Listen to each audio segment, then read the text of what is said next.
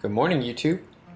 And it is another good morning in Texas. The rains may have come, but yeah, that's not going to stop us from getting to work. Once again, after my workout in the morning, before the thunderstorm came in, I was just chilling out with the bunny, drinking my coffee, and he's eating my mom's flowers out there or something. Happy Mother's Day, I guess.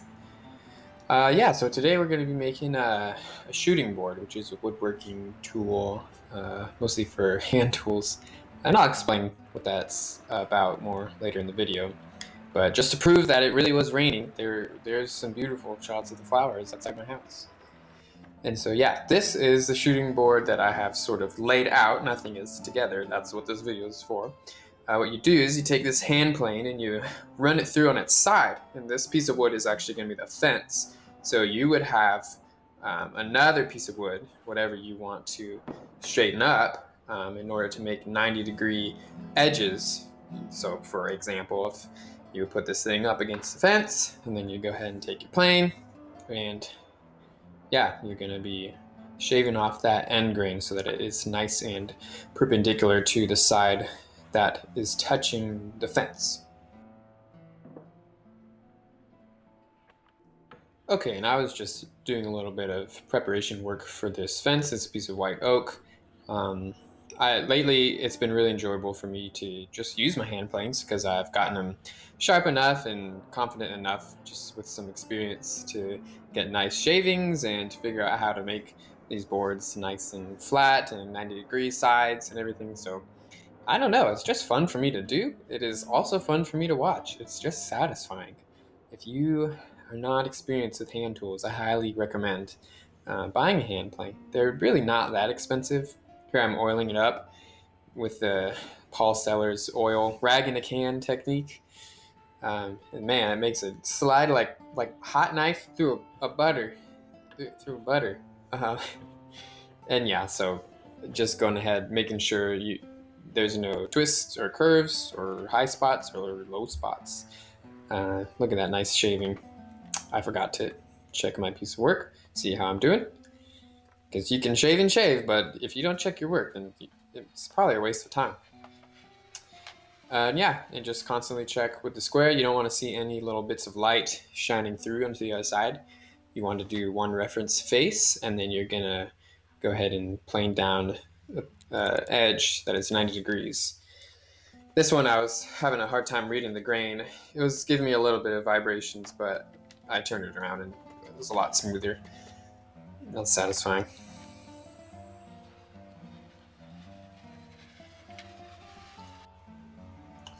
So yeah, now the fence is nice and 90 degrees on one side. I'm gonna go ahead and find some screws. Oh, those screws are too long, so I can't use them to make these boards together. Those screws are too long as well. I think I finally got some screws that are gonna work, but not enough of them. 2 screws. What am I supposed to do with 2 screws? And so I think surely there's some more in our little chest. There was nothing. So it's about to give up all hope and oh wait, there's some screws right there hiding. And they're perfect length. Yay. Okay, YouTube, now go ahead and clean off that surface and get out your big permanent marker. That's right, because we're about to mark where we're going to drill these holes. Screw in the screws. This is a big deal. Remember, this is a permanent marker. We are not trying to make any mistakes. Look at how big that marker is. I'm serious.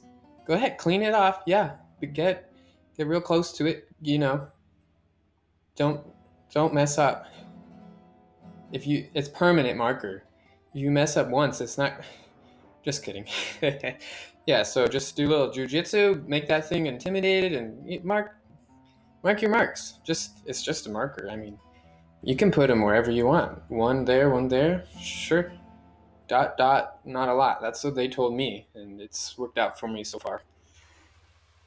Pro tip, you can put a little piece of tape on your drill bit just to make sure you don't drill too far, further than the length of your screw. Make sure you're using your drill and not your impact driver to drill holes. That's why you paid all that money for two drill sets. Anyway, go ahead. do your thing. I don't really need to comment on this, but sometimes I just feel like I have to talk. Am I right?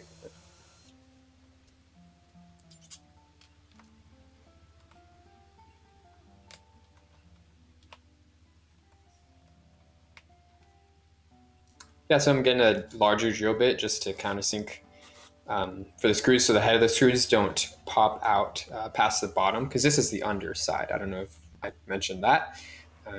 Then you get your impact driver and you impact those screws so that they are driven into the pieces of wood and make them permanently together forever.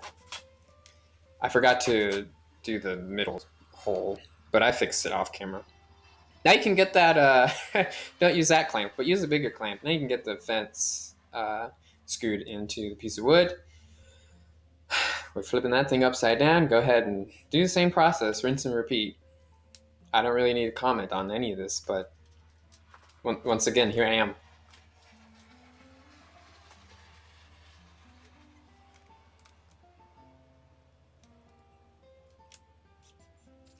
You get the right screw for the job and get the good drill bit, everything is going to be happy. Oh, I changed that clamp out. It wasn't making the cut. That's okay. Go ahead and whack the fence. Just show it who's boss. You really want it to be, flush up against the other piece of wood. Oh, almost fell. And yeah, make the drill. It was smoking like a gun. I don't know why. But all you have to do is screw the hole. Probably not the wisest idea to put your fingers on the other side, but do as I say, not as I do. Just go ahead and screw the things in. This video could have been a lot shorter. Could have just cut it. But you get to watch me do all this, and I'm not sure why that screw wasn't working well, so it was just giving me attitude. I threw it away. I do not put up with that. And now it's good. Look, we did it.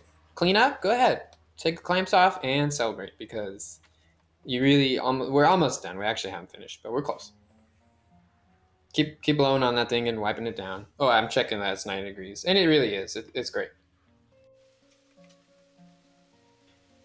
Okay, so next, just to keep the shooting board from like going past the table, we want to kind of lock it down.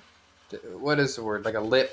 This piece of plywood is going to be like a lip on the bottom of the board so that it bumps up against the side of the table. And I'm just using a rip saw to cut down, show you guys how accurate my cutting has been lately. Yeah, I don't really need to comment on this. I'm just sawing a piece of wood. Get out there and use some hand saws, you guys. It's fun. It's hard. It takes practice to go straight.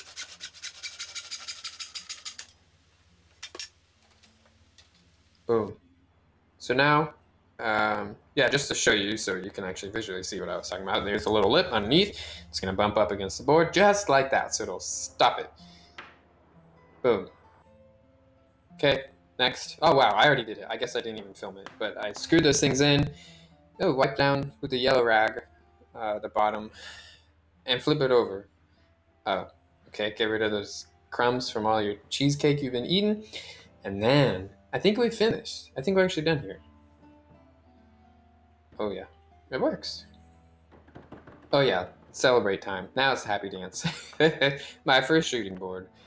So yeah, now we're gonna, right here I'm actually, using a yellow rag again. I'm gonna oil it up, and then I'm actually just gonna use it against the fence, because I made the fence stick out just a little bit proud so that I could trim it down flush with the plane. That's what you're seeing here. And I'm not experienced with this shooting board or any. This is the first one I've ever used, so I'm kind of learning how to hold everything. Holding onto the plane is a little awkward. Holding onto the board is a little awkward for me. I wish I would have made that plywood stop a little bit longer, because the whole board could shift. I could kind of turn a little bit if I pushed it to the side. But yeah, so I think I'm just going to try out a piece of wood and see if I can get the end nice and nice. Pre-picks, before picks, I'll show you after picks. Yeah, kind of curvy, whatever. Wonder who cut that piece. Let's see what this shooting board can do.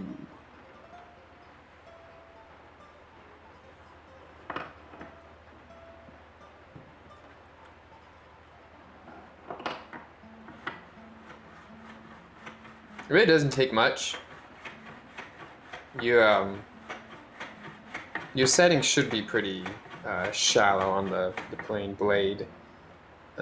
Just after a little bit of work, it's starting to be a lot better. Of course, you want a flat side or edge up against the fence. That's going to be ideal. Some of the pieces that I use are just scrap wood, and so they're not straight when I put it up against the fence. So you're not going to get the best results like that. But still, look at the difference. It is a lot more straight and flat, and it is supposedly 90 degrees to one of those edges.